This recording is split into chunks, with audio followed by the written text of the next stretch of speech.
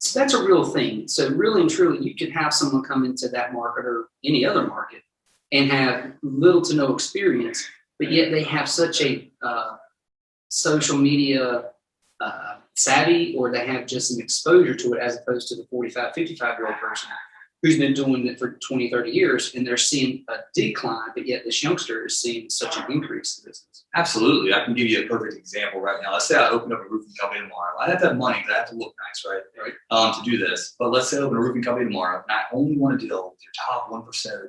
Only want to deal with your big neighborhoods, $1 million plus, and that's it. So I'm going to buy all the right safety equipment. I'm going to buy all the netting that lets me move the shingles off the roof, nice and clean. I have a giant logo on the side. Every job I do inside of these big communities that are matching the brand that I want to portray, I videotape the job before it's done, but before and after. I then sometimes, if you can, get a testimonial from the person who lives in that large house that's going to let you do the job. You obviously get the after video, and then if there's any planning involved, because it's a larger project, you videotape some of that planning. Now, I could have 100 jobs in the next 2 or 3 years of just me dealing with 1 million plus homes. Yeah. Who are you going to go to?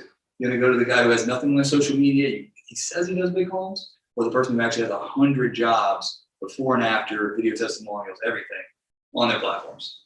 Oh, yeah, you're definitely picking that guy. Yeah, all day, just because there's no room for error there. Like you trust it. There's a bunch of reviews. Now, they can still do the small jobs. Sure. The trick is don't show it. Right, I got you. Try to build the brand. Right, that's a good point. Because even though you're doing small jobs, you don't want it to take away from your brand of wanting to be in that top 1%. Sometimes you have to do both sides too, right? Like you want to still make money. So if you don't have a whole bunch of large jobs in the beginning, you have to still pick up the small ones to make ends meet.